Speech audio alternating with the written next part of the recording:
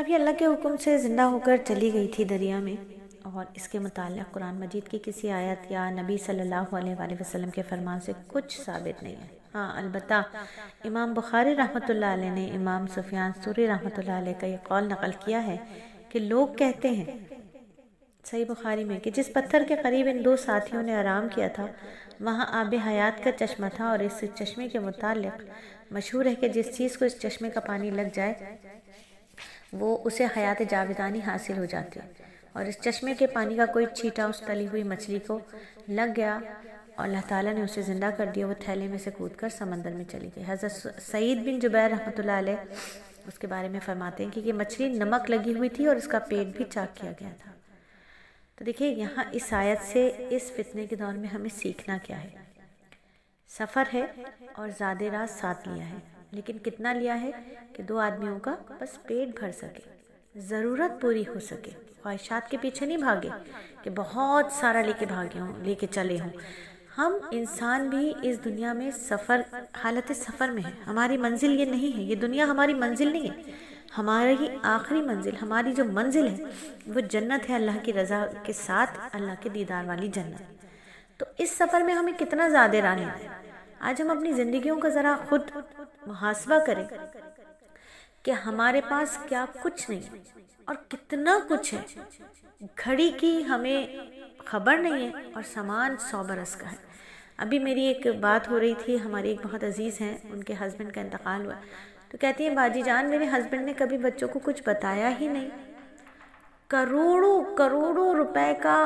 معاملات ہیں، کہتی ہیں بچوں کو کچھ پتہ ہی نہیں ہے۔ ایک بچہ تو 23-24 سال کا ہے، دوسرا بچہ 20-21 سال کا ہے، کچھ پتہ ہی نہیں، اور بچوں کے اوپر جو ہے وہ لوگ چڑھائیاں کر رہے ہیں۔ تو وہ کہہ رہی ہیں کہ انہوں نے کہا کہ ابھی بچوں کی عمر نہیں ہے کہ میں انہیں یہ سارے معاملات بتاؤں، اس لیے دور رکھا ہوا ہے۔ وہ سمجھ رہے ہیں نا بچوں کی عمر نہیں ہے انہیں معاملات بتاؤں،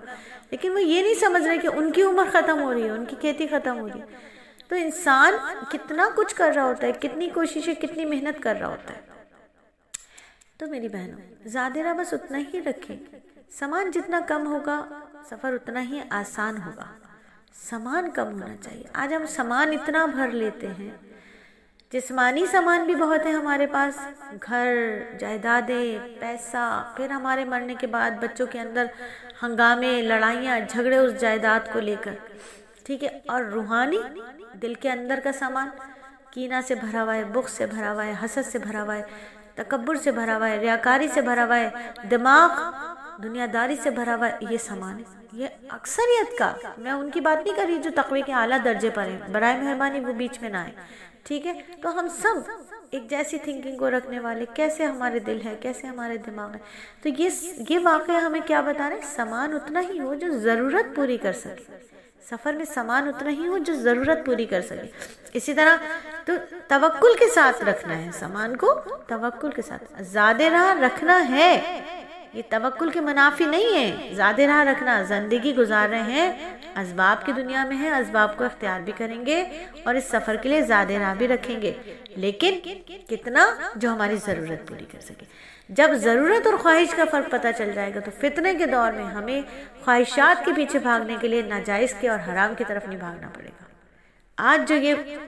اتنا خراب زمانہ آ گیا ہے کہ ہم خود دیکھ رہے ہیں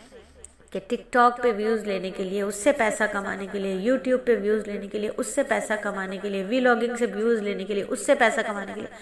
کیوں کمانا ہے پیسہ؟ خواہشات پوری نہیں ہو رہی نا، خواہشات ایک کے بعد ایک خواہش، بڑی گاڑی سے اس سے بڑی گاڑی، گھر سے اس سے بڑا گھر، موبائل سے اس سے اچھا موبائل،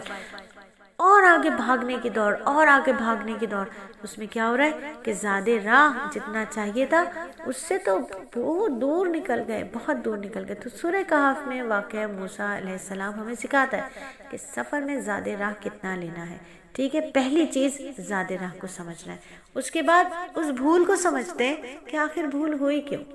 اس بھول بتانے میں ہمارے لیے کیا، اللہ تعالیٰ کی کیا حکمت ہے۔